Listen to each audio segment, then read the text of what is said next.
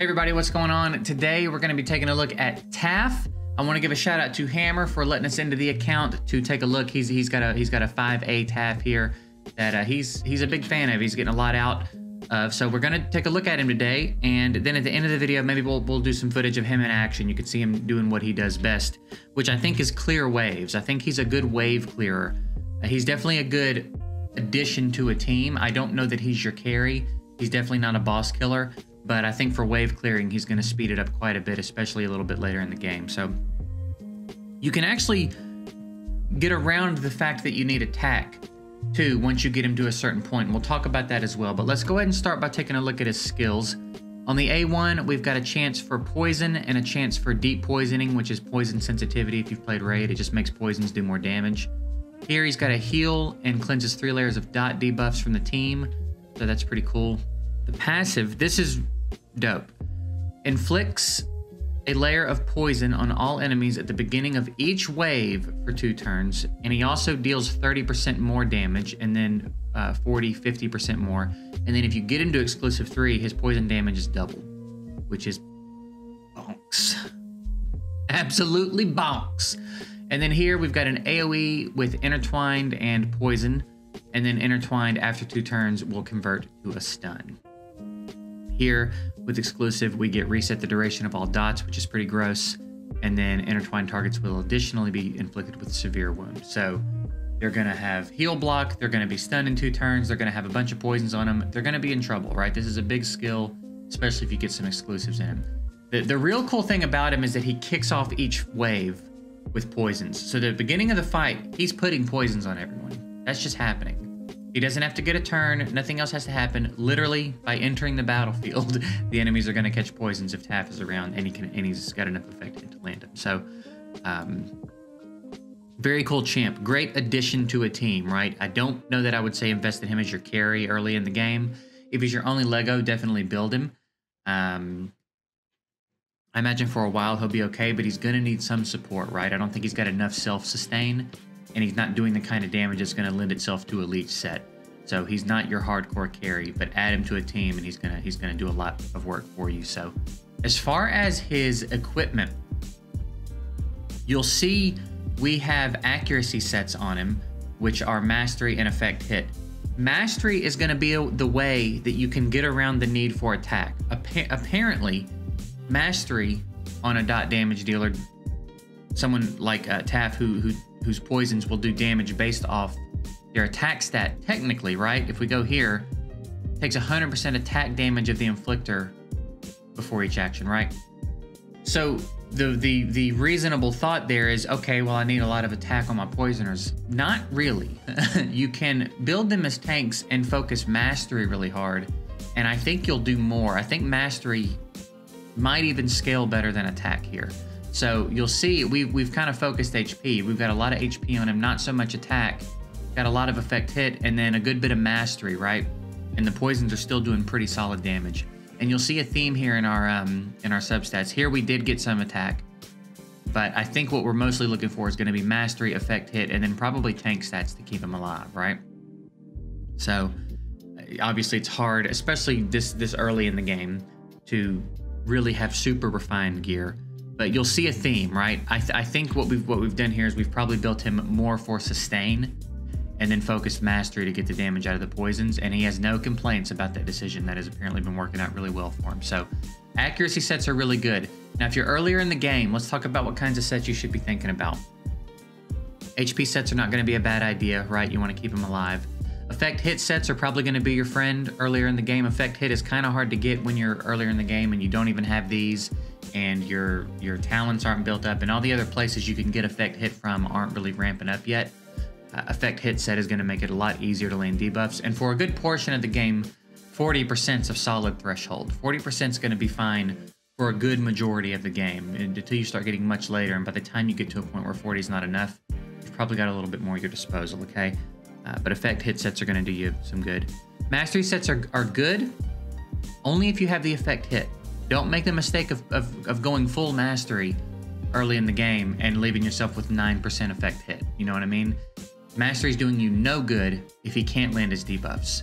So effect hit is the priority. And then when you're over the threshold, then you can start to worry about mastery. So if you're in a situation where you can afford to use a mastery set, use it, but do not sacrifice effect hit for it, because again, it's doing you no good. It's wasted numbers if he doesn't have the effect hit to land. All right.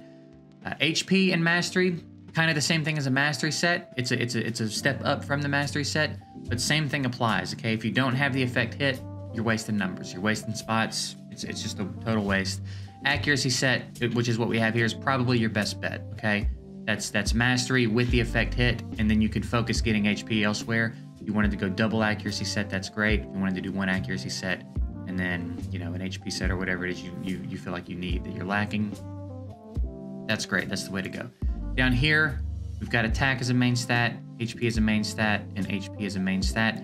I've asked a few times if they'll send me the information on like which stats can be main stats, which substats are possible on which gear, what all the roles are. They don't even have the information. So they don't even know, apparently. I was pretty sure, I know crit rate here, I was pretty sure one of these could have effect hit. Yeah, that one can have mastery. So maybe that would be something to think about. Maybe he likes this one because maybe he wanted to do a hybrid of attack, or maybe he likes the HP roll there. I don't know, but mastery here is a good place to snag some mastery. And then here, what are the possible? Let's see, healing effect looks like one of the outliers, effect resistance, and then I think it's just flat stats from there. I think effect resistance, healing effect, and then the flat stats. And then down here, I know you can have speed, and then speed, flat stats, and then I would assume there's one more, but it doesn't look like it. So speed's never a bad option here. HP also not a bad option on someone that needs HP, right? So mastery or attack. Honestly, anything here that's got decent subs, especially if you can get some effect hit in those subs, I think that's a good way to go. Here, HP is probably probably the option. HP or attack, again, depending on what you're trying to do with him. And then here, I think HP or speed is probably the way to go, all right? And you just want to get his effect hit to a certain point.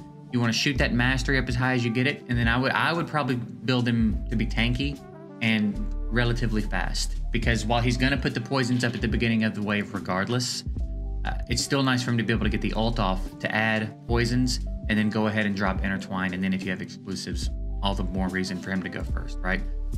Let's take a look at his emblem. What we've done for the emblem tree here, we've gone with effect hit and attack. Again, we're not going to hard focus attack, but it's not a bad idea to get it where you can get it, right? Just boost those poisons up as you can. Here we've got healing effect. We've got when HP is full, he deals more damage. When he's got a shield, he takes less damage. At the start of the turn, more dot damage. Again, anything dot damage related for your HP burners, for your poisoners, for your bleeds, anything dot damage related is going to be a good way to go, okay? Here he gets more effect hit, which is perfect because it's just an extra boost for him dropping those poisons at the beginning of the fight. When inflicting a layer of buff or debuff successfully, he gets more speed. Targets with dot debuffs, more damage. Chance to reduce cooldowns, not a bad way to go. Targets under control, he deals more damage. Targets whose HP is above 50%, he does more dot damage. Chance to remove a control debuff. More damage when the target's HP is low. And then, of course, down here, we're going to go Mastery for the bottom. I think Mastery is the undisputed best option for Taff in your emblem tree. And then I don't know if we have an aura. We do. And it's the it's a sustain aura. It's the HP aura. So he gives himself HP after casting a skill. I think that's a good way to go. I also think that the extra mastery when his HP is above 50% is not a bad idea either, especially since he's dropping several poisons right at the beginning of the fight. Okay, I think those are probably good ways to go. And then by the time you get to purple and orange, you probably know what you're doing. But I mean, obviously, effect hit is not a bad idea. You know what I mean? But I would say the mastery or this one are good options, right? Giving him a little bit more sustain is not a bad idea, especially leveled up. If you can get that leveled up early, he might even have some carry potential. I don't know. It would be worth a shot. Or the mastery aura. And that's it. That's a quick rundown of his skills, what kind of gear you should be looking for, what the stats are you should be focusing. Now what I think I'll do is I'll probably get off camera and I'll just let you see him in action a little bit. I'll run him through through a few waves, through a few dungeons. You can see what kind of damage he's doing to the mobs, and then maybe we'll do a dungeon run with a boss or something as well, and you can see what he looks like in action. All right, so we've got him here in 12-1 on Hell, and you'll just see how he kind of operates through the waves, and then at the end we'll check his damage and see how he compares to everyone else.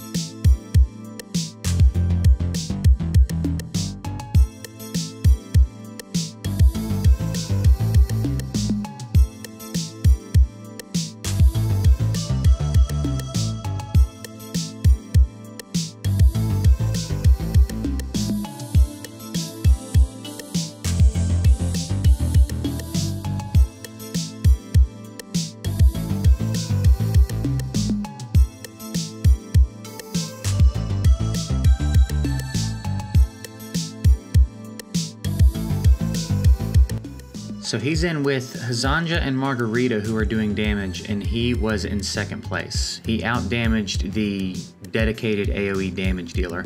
Obviously, he did not damage Hazanja because HP burn is king, but he still did pretty good here. To be in second place over an AoE damage dealer who's well built is significant. And then here is going to be a run in Rum, so you get to see kind of how he performs. Again, there's going to be waves, and then you see how he contributes to the boss. And at the end, we'll take a look at his damage again.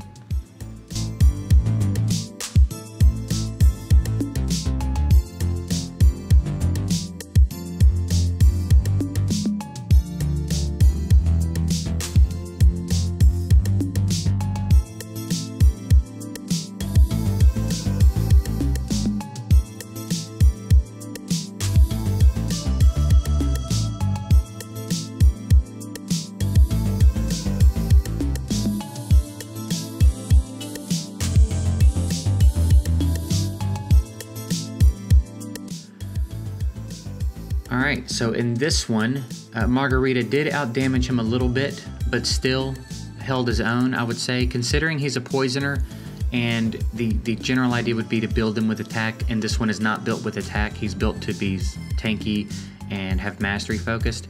Considering that he's basically neck and neck with an AoE nuker is, I think, a pretty good testament to the fact that you can focus mastery on him instead of attack and still get a lot out of him. So definitely a solid member of any team, I would say, in the game. Not a carry necessarily, but I think a solid member of any team.